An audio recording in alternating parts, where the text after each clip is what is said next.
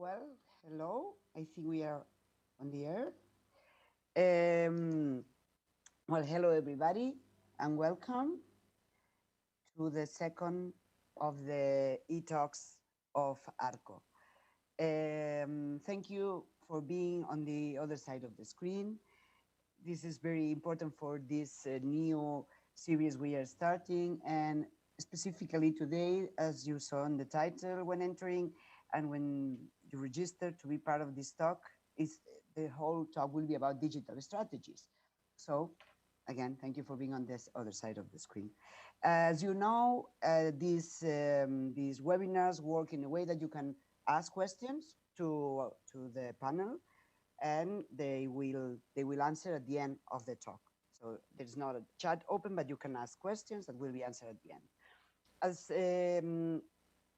as we explained on the first, and as we will continue developing and sharing during these talks, these ideas for from Arco in the digital sphere are trying to to create a visibility for the galleries. As you know, Arco next year will be happening in July 7th to 11th. And but until then, we have plenty of time. We have plenty of things to explain. The galleries have a lot of things to share with us, so we want to give them this time and this space. We will also develop other projects through podcast, video interviews, and further or later on, we will also share a new space for creation, a new digital space for creation. So it's a complete strategy, as our panel will be talking about, to give visibility to the galleries at Arco and to the content and to their artists. So, but today we have a very, very interesting group of galleries and a very interesting director talking. So I want to give them voice. Thank you very much, Neus, the director of this panel. She's an art critic and curator.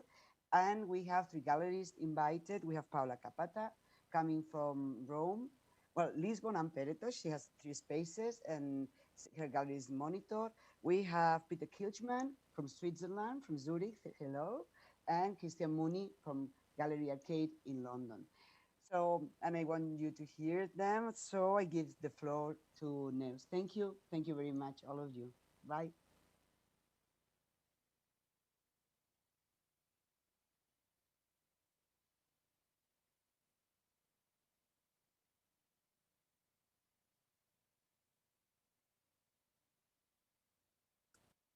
Hello, can you hear me? Yes. Yes. Hello, everybody. Hello and welcome to all the speakers and all the participants, all the viewers that are at the other side of the screen. Thank you also to Arco for inviting me to Maribel Lopez to run these e-talks. Also, I'd like to extend my thank you to the FEMA organization, to Anna, Albert, and all the team to make it possible. The galleries we've invited today to this session are Gallery Peter Kilchmann, Monitor, directed and run by Paola Capata, and Arcade, run by Christian Mooney. The galleries are very different among them. They are different in scale and also in geographic context, which is something that we thought would provide interesting discussions. Gallery Peter Kilchmann, as you know, established in Zurich in 1992, so it's the one with the longest trajectory among us today. The gallery is located within walking distance from main museums and organizations and galleries, and it's in Zurich, as I said. The gallery was one of the first galleries as well in Europe and the United States to represent artists from Latin America. And that's one of the focuses, you know, of Arco as well. Monitor, run and directed by Paola Capata, has three sites, one in Rome, another one in Lisbon, and another one in a small place in Pereto. And it was established in Rome in 2003 and represents emerging artists, Italian artists, and international artists. She opened in Lisbon a second venue, 2017, and a third one in Pereto in 2019, which was last year. That was brave. Arcade is the third gallery that is with us today, run by Mooney. And the gallery has two sites, one in London and another one in Brussels, and it opened in 2008. Also offers a program of exhibitions along with a platform of publications, talks, performance, and live events. The talk of today is titled Digital Strategies, and I'd like to discuss with all of you your experience, challenges, ideas around the digital means. The digital as means of communication were there before the COVID, the situation where we are now, when it hit in March, but it was something that it was running along the real world, so to speak. It was a side to it. Since then, it has become the core and the main playground where we need to operate. So, and deal with our daily routines, with contemporary art in our case, and the sector, the rest of agents.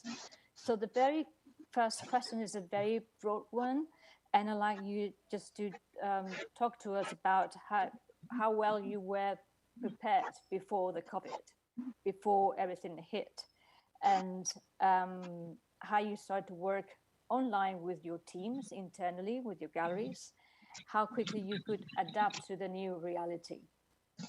So perhaps we could start with Peter to answer this very broad question, how quickly you adapted to the new reality, or how well prepared were you before that happened? Hello, everyone. Thank you very much for inviting me to this talk. Well, to answering this question, I would maybe like to go back for quite some time to put it in a broader sense. Let's say, for instance, when I opened up the gallery in the 90s, it was like this, that let's say a collector from New York was interested in an artwork. He would maybe write me a letter. This letter took maybe 5 days to a week until we received it in Zurich. Then we understood he wanted to see some pictures. Then we had to make slides. This took another week. Then we had to label them. This took another 2 days.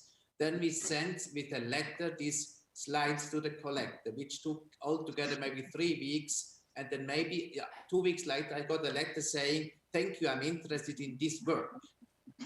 So this is how we started out. And then it was going on over the 20, 25 years it was going on. Then the fax was coming. Then email was coming. Then we were said, you have to communicate with collectors via email. And the collector said, "Yes, we have all an email. Please send us email." But they never answered at the beginning. Then I understood we had to send them an email and then send them a fax. And right in the fax, "I sent you an email. Please read the email." And then we got the fax back. "I'm going to read the email." And then we received 2 days later an answer by email. This was at the very beginning. I mean, it sounds very ridiculous, but this is how it moved on, how everything went on. And then, of course, there were no slides anymore. And then through computer, we started to send out images, JPEGs. The quality got better and better and better. And nowadays, where we are standing, it's difficult to say thanks to COVID. This is very, not thanks to COVID, but because of COVID, the past few months, we really moved on a lot, much more than what we did, I would say, the last 5 years. Mm-hmm. And I see this digitalization, I mean, I see it as kind of part of our business. You have also, even with or without COVID, there is a lot of collectors all over the world that talk mostly about Asia. Also, people who are interested in our program, but they cannot come to the gallery, they cannot see it. So they would like to be informed. So what we did before COVID, we sent them out, like everybody else, maybe a portfolio with images, maybe some JPEGs. And now we are sending out OVRs, viewing rooms, where they can zoom into the pictures, they can zoom around. And I really think it's a much better quality to see a work. It will never replace a visit in a gallery or a visit in a through an art fair, but it's already, you can see a work much better than before. And for that, I think this is an interesting moment where we are in. Paola, you want to be next?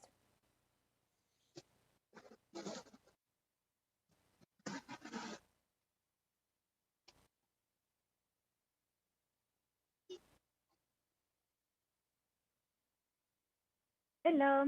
Hi. Hi. Hello. First of all, thank you to Neus and to Arco, of course, and Maribel Lopez to invite me to this talk. It's really nice company. Actually, what Peter said, I totally agree with Peter.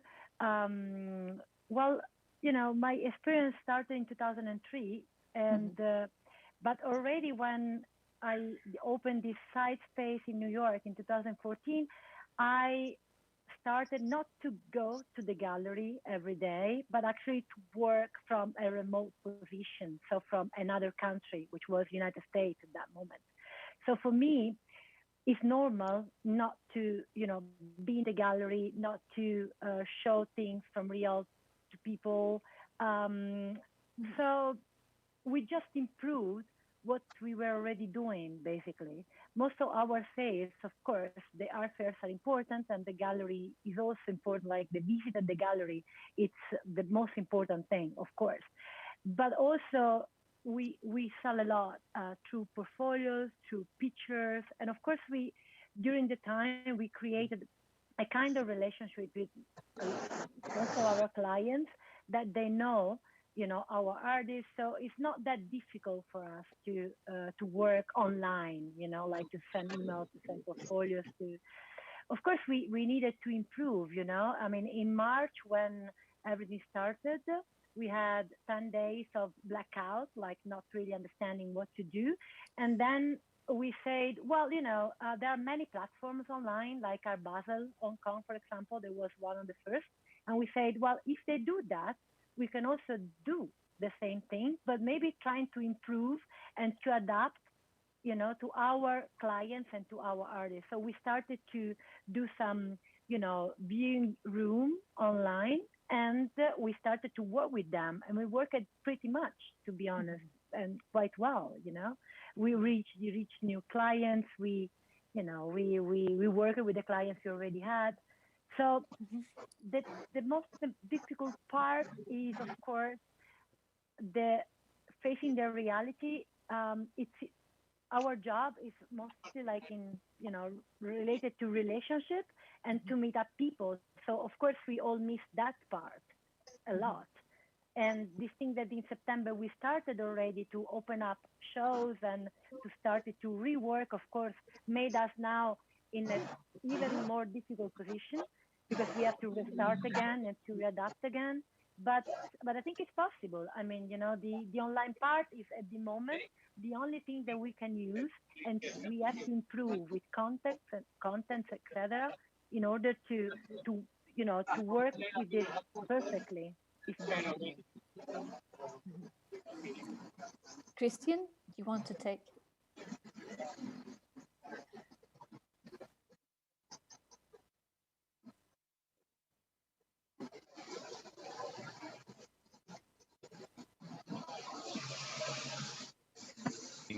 Oh, No. are we on now? Yes. Okay, I'm going to share the screen. Thanks for having me. Nice to see you all. I thought it was important for me to start with telling you, is it shared the screen? No. Share the screen. Not yet. Yeah. Okay. No. Is that in recent years, we had put a lot of emphasis on creating context for the live event, for the presentation and performance. So one of those initiatives is Performance Exchange, which was due to launch this year in the summer, which is now postponed. Another initiative at the Brussels space was a small room in the gallery, which was designed and incorporated to host book publications and readings, essentially intimate social gatherings. So, and a lot of the artists working with were producing works through workshops or in collaborations with the audience. And there's a few examples here of different workshops. And I'd even recently hosted workshops at my home in London. So we had been concentrating a lot on the physical and the intimate relations as such. On March 12th, when we opened a show, and in London certainly that day, we opened a show with a young Belgian artist called Marijke de Roover. It was due to open with a performance and a live event. That was March 12th.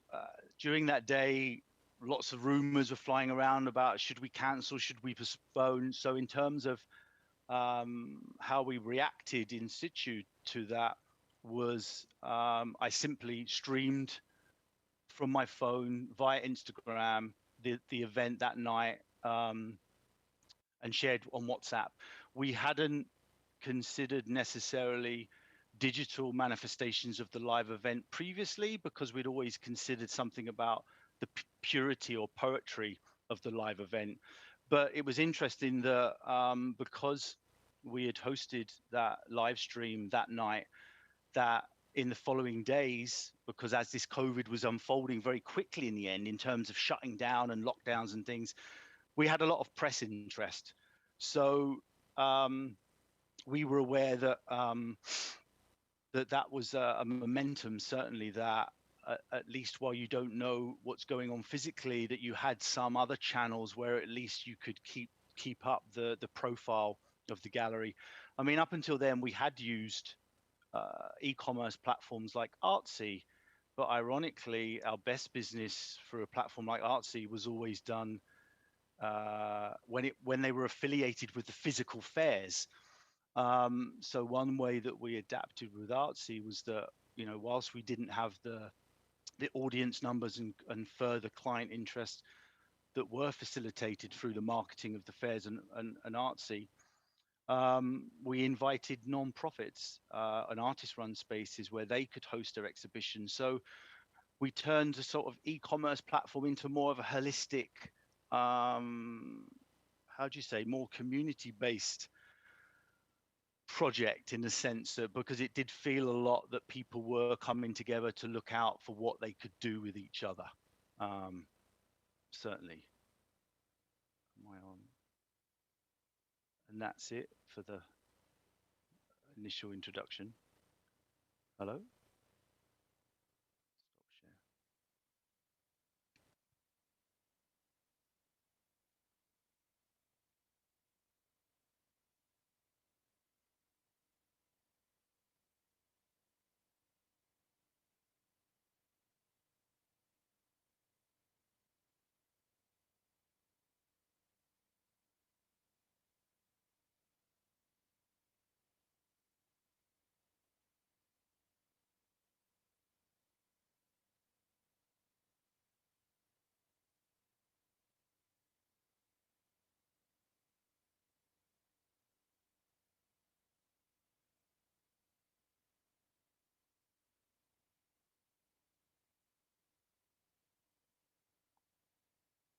Now, can you hear me now? Yes. Hello. Hi. Okay. Right. It was a second question would be, or second round of questions would be like to focus more on the specifics. Say, for instance, I'm curious about because how the medium shapes the message. So, did you adapt or did you create new contents for the websites, or did you adapt existing ones? How did you continue your relationship with your collectors in terms of engagement and the public in general? But you know, the first interest would be for me to know, how did you adapt those contents, or whether you created new contents from the websites adapting to that medium? Because very often artists would adapt their content or would create new content according to the medium they're using, right? that would be easy for some of them, not so easy so for some others. So that's my, that's the question. How did you manage that? How do you deal with that? Different mediums and artists showing their work. Who of us? Well, we actually created a totally new platform that we didn't have before. So basically, we served a lot in these, as I said, art fairs online and other things that were like blossoming during the first 20 days of the pandemic. And so we decided to create a platform which was totally made inside our website. And we wanted to do it differently, because what I didn't like from all the platforms that I've seen is just that you can't really see the work. You cannot really see, you cannot really have enough information on the work unless I really know the artist that I'm watching. So basically what we did is create content like asking curators to write text for the works, like to explain the works, to give a little bit of more body of the presentation, So context. We actually went on the museum, like Galleria di Brera, which is like one of the main museums in Italy. And we studied the super zoom, which is like a zoom that goes inside of the painting and you can see everything. Of course, you have to have a super high quality picture. So we basically built up like a strategy that we still have. The last gallery we promote was like in July. That was the last one, and also because until now we didn't have necessity. So the point is, if I cannot go to the gallery, if I cannot go to the art fair, then I can use that platform. And sometimes I can use that platform if I need to use the platform to, I don't know, to improve the show better. But of course, it's like it's something that I would not have done if not of the pandemic, probably. But maybe not. I don't know. The result was actually quite good, so I might have done it anyway. So that's our experience with the gallery. Adaptation. Peter, you want to? Yes, actually we did not create anything new for our website. So it's our website like we had it, but we are focusing more. We are working with this company Artland quite a lot. They have a very good program. We are satisfied. Whereas you can set up a space, a virtual space. You can put in pictures. You can put in several images of one work, and you can also zoom in. You can really see it very well. So this is what we are doing much more. On the other hand, we also questioned ourselves, what does it make? What does it make what we are missing? And of course, what you miss is the personal context, the personal talk with somebody, with the collectors, the being together, the social moment. Art is finally also something emotional. It's not just about selling shoes. It's about selling a lifestyle. It's about selling an idea. It's about selling help, hope. So it's about all these different issues. So interestingly, we went back much more like earlier times to phone calls. We are doing much more phone calls now. We are taking the phone in our hands. I say that to my staff, to my salespeople, call the people up, call them. They are maybe at home. They may be a little bit lonely, a bit bored. Don't just send them an email or a very great website. Talk with them, see how they feel, what they do, what they are interested in. Maybe we have an artwork that they are interested in, which maybe helps in their life. This we learned again is very, very, very important. I totally agree. This is, something. The other thing is also what we do more often now is what we did not really do before is to videotape artist statements, or to ask artists, could you talk about a new body of work, or could you talk about this piece? And then we also, if somebody gets interested, we send that out. And we also made the experience that people like that, you know, to hear the feeling, the ideas of the artist about the work, and that when an artist talks is different than when you have a few sentences. So to recapitulate, I mean, this is maybe what we are focusing more on doing these video works and doing this artland where you can zoom in, where you can see as good as possible an artwork, and then to be in a contact with collectors and also curators and hear how everything is. Christian? Yeah, totally agree with Peter. The phone, I think that in terms of sales, for us, it was always and is always about intimate relationships with clients. And however digital we go, however more or less digital, it'll always be about the telephone call for us. I think that the digital adaptations were more about fulfilling exciting content to keep audiences interested. So maybe when you did pick up the phone, people had already been given hope, like Peter said, or been activated somehow. So that's for sure. So a lot of the digital strategies and adaptations were more about fulfilling that exciting or the content, not directly the sales. The phone is always the place to go. As I'd mentioned earlier, the e-commerce platform with Artsy, I mean, Peter mentions Artland, similar principle, is that because a lot of our business, ironically, through those e-commerce platforms was always affiliated to the physical fair, that's something that wasn't happening. So one strategy we tried to adapt was that certainly we weren't feeling that those platforms were necessarily where a client might go to discover something new. They go there to look for more established names, let's say. Right. So we would consign works from gallery colleagues, Carsten Holler, Laura Owen's piece, Matt Mullican. And yes, that did bring clients to the platform to look at us. We would hope then they would go off and look at something, a younger artist or something that they hadn't, but no, they'd come on, they'd look, they'd buy, or they wouldn't buy, they'd go. So that didn't work for us. Fortunately, there is an app in development called Vortic. I'm going to share my screen now so I can just show you.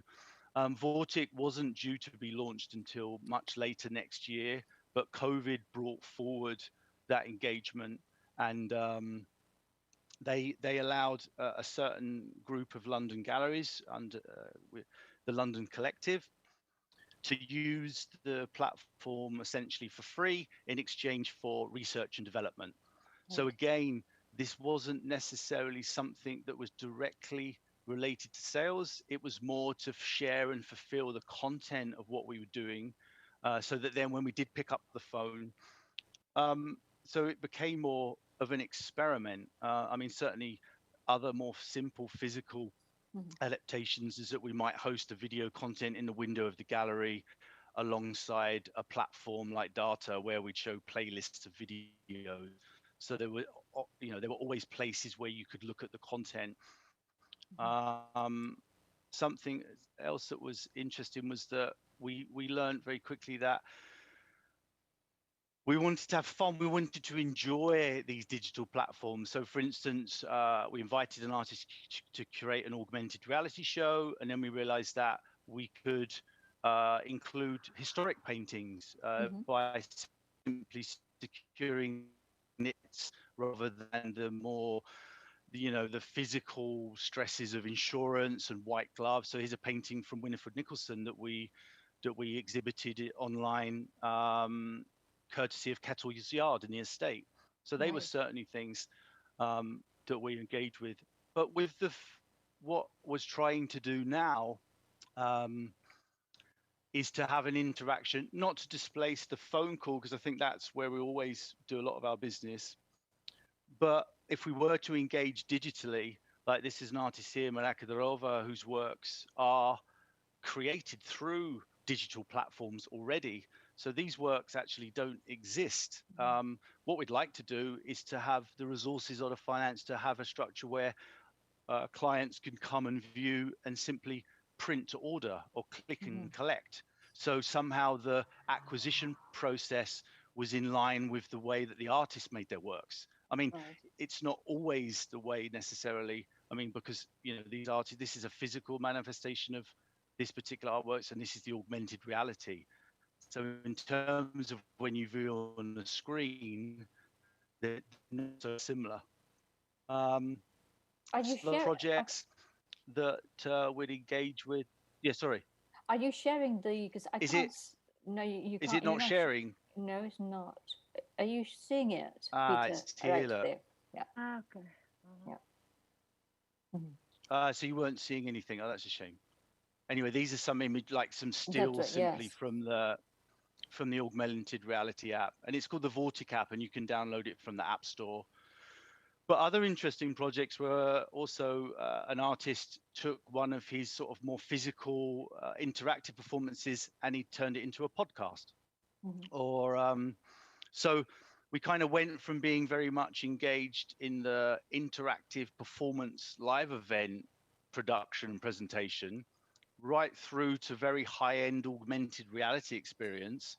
And then strangely, we've come full circle, because tomorrow we'll launch an exhibition which is simply in the form of a PDF. And then on Friday, the Brussels project takes the form of an hour on a radio station. So I was quite interested in it, went sort of full loop from being, because we've always been very analog and hands-on. And then we went into this digital realm, and it feels like we're kind of coming back out and thinking, no, we want to simplify it again. Not to negate the more high-end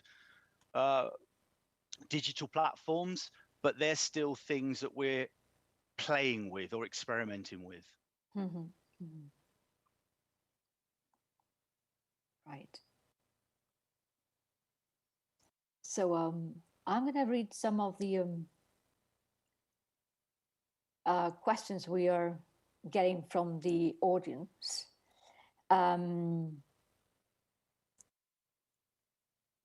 One of them, I can't really see you, Peter or Paola. I think you should. There. I can see Peter. Right. Okay. I see you. Yes. Right. Okay. So one question for all of you comes from the public.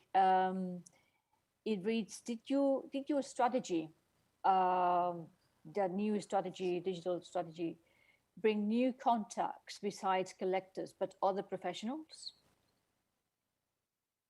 Yeah, definitely. I mean, when the example I explained earlier, where we opened a show and a performance on March 12 and literally closed it the next day, because we'd live streamed that evening, the press, the national press, had got in touch with us literally that next day, because just by chance we had engaged with maybe like the first live stream during lockdown of the UK. So it became purely by timing, and an unfortunate event turned into a positive one for us. We closed the next day, but then we engaged a lot with the press, certainly.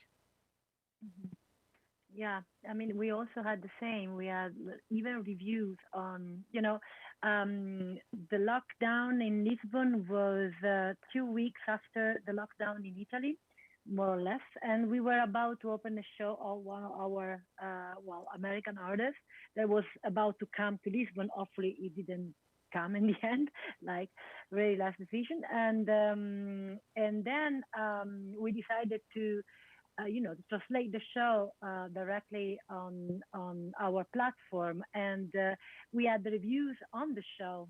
We had Italian reviews, Portuguese reviews on the show that virtually happened on our website, because of course the works were already only in Lisbon. The show was actually ready, but we didn't know when all of that was about to finish. So we decided to put everything online, So we also reached different kind of professionals, like curators, critics, and new collectors also from United States, from Asia, from Italy, of course. So, the experience was actually quite positive. I mean, I'm always almost afraid to say, but it was not that bad, you know. I mean, that's my feeling. Yeah. Peter? Sorry, what was the question? Can you please repeat it? Did your new strategy bring new contacts besides collectors, but other professionals? Yes, of course. I would say that we were mostly in contact, in touch with people we already know, we already knew, from our addresses, be that collectors or curators or art critics or art lovers. Now I would not say that we made much more, that we opened up to a broader audience. I rather somehow experience that through this time, people are anyway more concentrated to their everyday life, to the surrounding, and that they are probably not so very open to experience new things. I mean, this was my personal experience somehow. So, but we have through that, since we have been doing constantly some 8 to 10 art fairs over the years each year, we have really a big list of names, and we can take advantage of this list and go back to this list. This is also what we are doing. But I mean, for the future, I would really also say that for this, art fairs is really very important to us. It's very important to get to know new people, to make new advantages. This is really very, very important. And for that, I really hope that it doesn't last too long anymore, since we are going to have to see a new healthy art fair. Yes, thank you. There's another one here from the public, another question that I will read to you. Have you experienced a younger public approach after the new digital strategy you've implemented? Have you attracted more young people to the gallery? Serious ones, no. I would say serious no. Of course, since we do also a lot on our Facebook and the pages there, I think it was growing. It was growing. And it's obviously then more growing with young people than with older people. But when I talk about serious contact or what I got to know, what I got to see, I would say no, not really. No. No? Right. No. Yeah. That's I mean, we always question. have a lot of young people coming to the gallery, and I believe didn't change that much, We have a lot of students coming to the gallery. I mean, in Rome, the academies bring, students to the gallery. So I think it's the same. Didn't change that much. In your case, it didn't change, right? Can we? What's the question? I presume is based around that younger people are more involved with digital and social media. Yes, maybe. I guess so. Yeah. Yes. Yeah. Now there's another one here, very specific. For those clients who you just met digitally, do you pack the works in a different way when you send them in order to show a human approach with a note, a special packaging, etc.? No, like Deliveroo. No, well, it's always the same, like done in the same way. Yeah, it's always to a high standard. But in fact, I do remember having to send something, and I was going away. I didn't travel internationally, and it was after the lockdown, but the gallery was closed, and they were small prints, and I took them with me, and I did have to improvise. So yeah, that was a challenge actually, because things were unfolding as you're trying to manage your kids not being at school, or so. I think that there was some improvisation, which I do remember. In one case, I wrote to the client to say, forgive my improvisation, maybe, I don't know, but that's a good question also. Yeah, just to make it more personal. Yeah. When you this relates to some of the questions here as well. migrate some of the contents to the digital, how do you minimize the negative impact? So how do you manage to translate or to migrate to a higher standards the work? How do you, for instance, have you improved your resources digitally in terms of 3D photography? What did you have those resources beforehand? Did you have to implement those resources? So to minimize the digital impact, so there's no so much translation but migration to the website, to the platforms.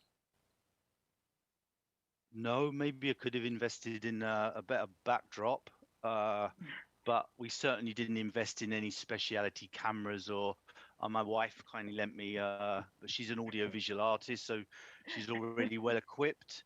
And in fact, my wife's an artist at works home, so we were resort, and she works a lot with audiovisual, so we already had a lot of equipment here. But I'm sure Peter and Paola would agree, a lot of the digital, we already document the work in a high standard. So in terms of your archive, you have the material and the content available, but no extra equipment was acquired. No. We either no. Well, all of us right now, we all document, as Christians say, the pictures has to be perfect, otherwise you are not going to use them, I mean, and while our gallery mostly works with paintings, so of course the quality of the picture has to be like the best you can get, but this is for all the other sort of art, of course. So no, we didn't buy anything more. I think something that you do notice more. Sorry, go on. Go ahead. No, something that you do notice more generally, because of the, even before COVID, was a lot of documentation, certainly from a bigger, more established galleries, were like singular paintings were, maybe there was a person in the picture and then one with a chair and then one of the back view. So already I think that engagement, but that was more to do with the global market and in terms of sharing things globally, in the opposite to Peter faxing slides, I think. Right. We've been talking about the artworks, but some of you also organize talks and programs, live events. Have you keep on doing those lively like we are doing this now? Or did you wait to recap with those after? Or because of course the experience is very different. We are now all talking heads back again. So and some of you, Paola and Christian, and also Peter, you have publications, but also live events, talks, performances. So I'm interested in how you have managed those, if you have, or been able to, rather than the artwork only. Well, I mean, what we did, since we had some openings without the artists, since the artists could not join. So we already had, let's say, with the exhibition of Paul Sepuya, he's in Los Angeles. We did a Zoom discussion, a Zoom talk, and this was also announced. And since we have now openings all day long, on Saturdays from 10 o'clock until 6 o'clock, we did this at 5 o'clock, and we announced it, and there were quite some people coming, and then we were talking like through Zoom with the artist. This is what I think was quite successful. And then during the exhibition, we had this Zoom talk. We had it screened on a monitor, so people who were not at the opening could also see it and could experience the artist.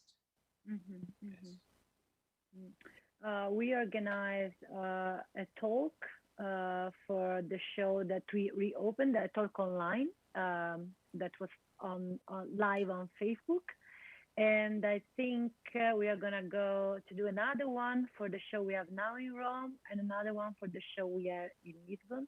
Like, it's always great when the artists can talk to the audience. And I think it's a great experience. It was not that used before that much. And I think now it's really important actually, because anytime we switch on the camera, we go on the Instagram direct live or Facebook live, immediately we have a lot of audience, not only collectors. It's about, a lot of things, different kind of public, which I think is really important. So that part, I think is good to improve, because it's not just about selling. It's more about, doing relations and build up something different, give content to people.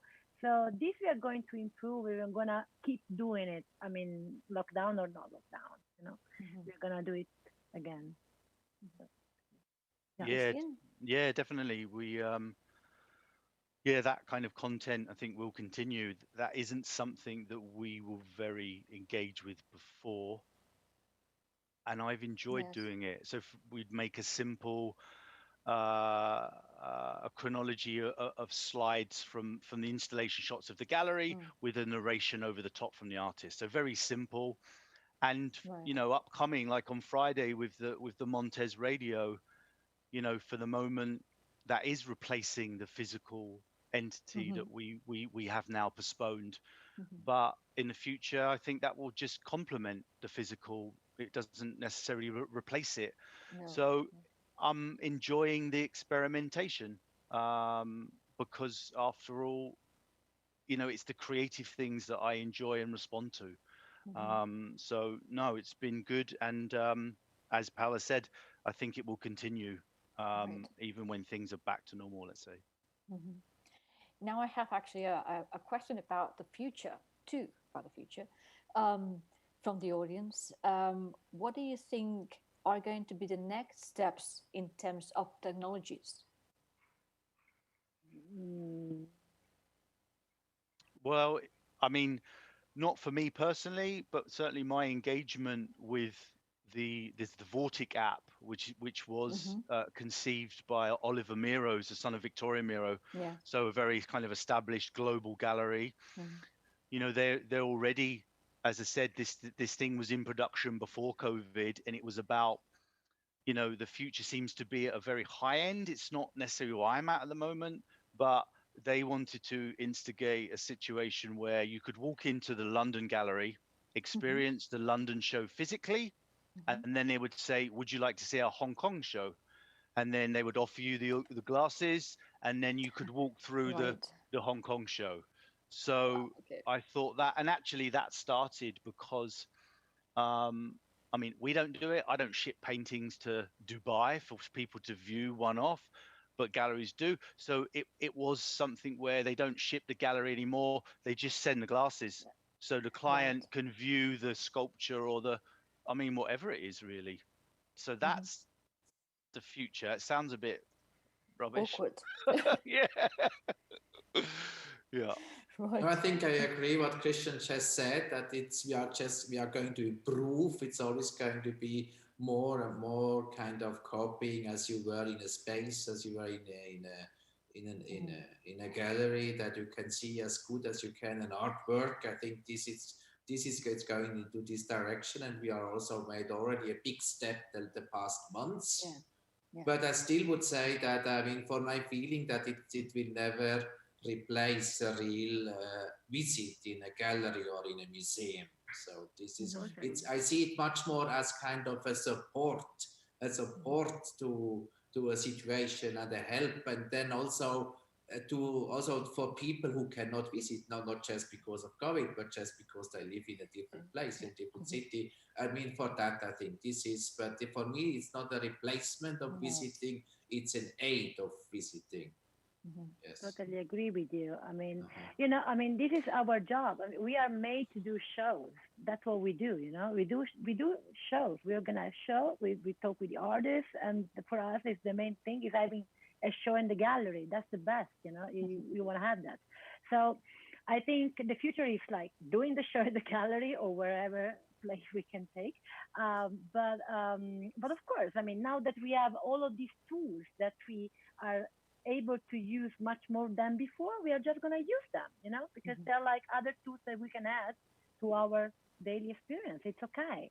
But of course, this is you know, we have to do shows. So that's the future. I mean, for me, More shows. More shows, more right? shows. Absolutely, absolutely. I think And, a problem, sorry, can I say something? Sure, yes, Yes. go ahead. I think a problem is maybe going to be like what also Christian said before or a problem is that if you really want to have the new equipments and new possibilities, it can also be quite expensive. It can be Yes. quite expensive for smaller galleries to have all these equipments, to have all this possibility. And this is definitely not the case for the few very, very, very big galleries. And I am afraid a little bit on this part that it might be in the future.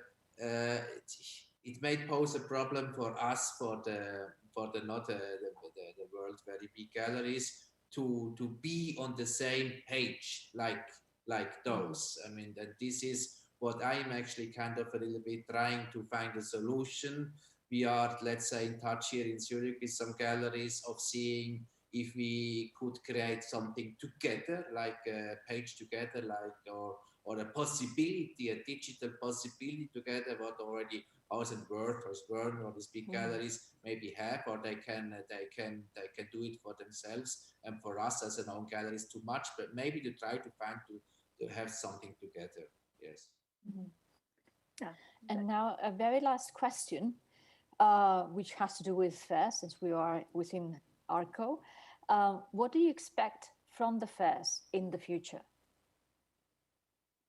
I'm expecting the same. I'm expecting the same like before. I mean, what I said before is really to give us the possibility to meet with a lot of different people from all over the places where us we would not have access to. This is, I think, for me, the most valuable, besides of selling, of course. I don't think that art fairs have to, for me, to really to change a lot. I mean, this future will show.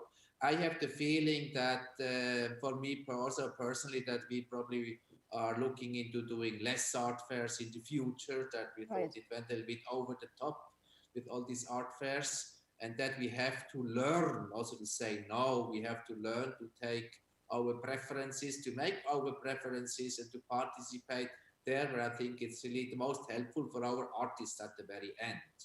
This is that, I think. Paola?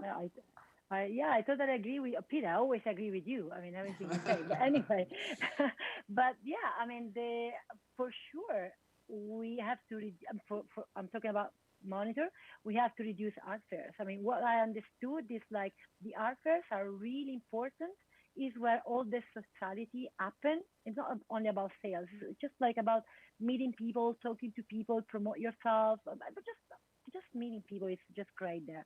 But we have to be more focused on what we really need, which are the markets or the place or the cities even where we are more, confident with. So I think for sure the next step would be keep doing the fairs. We don't have the fairs to change. It's our strategy that needs to change. We need to reduce. We need to be more concentrated on things that really are important for us. You don't need to try an art fair in a market that you will never start because you don't want to go to, I don't know, whatever place. If you don't want to go there to work, then you don't start the market there unless it's like incredible. But I mean, I don't think there's anything incredible right now. So, no, Christian, I think. Christian? What's the future for art fairs? That's the question. I think. What do you expect? I think them addressing the climate issues, carbon neutrality. What can they do? It's a very difficult global enterprise involved with traveling and shipping, and I think the big questions will be, because I'll be looking at, if a fair popped up tomorrow that was carbon neutral, I'd sign up to it. Like I wouldn't, for me, the climate and other political issues are kind of becoming more important than my business model or my turnover, so that's what I want from the art fairs. I think is a real consideration and a strategy for carbon neutrality. Good. So that was the last question. Thank you very much, all of you. That was really interesting, a really nice ending phrase. Thank you all for participating. Thank you everyone that has been watching on the other side. Has been in very interesting questions raised by the audience. And thank you a lot. Thank you very much for your engagement. And we'll see you in the next session of eTalks at Arco. Thank you. Thank Bye you. all. Thank you. Thank you. Thank you. Thank you. Bye. Bye. Bye. Bye. Bye. Bye. Bye.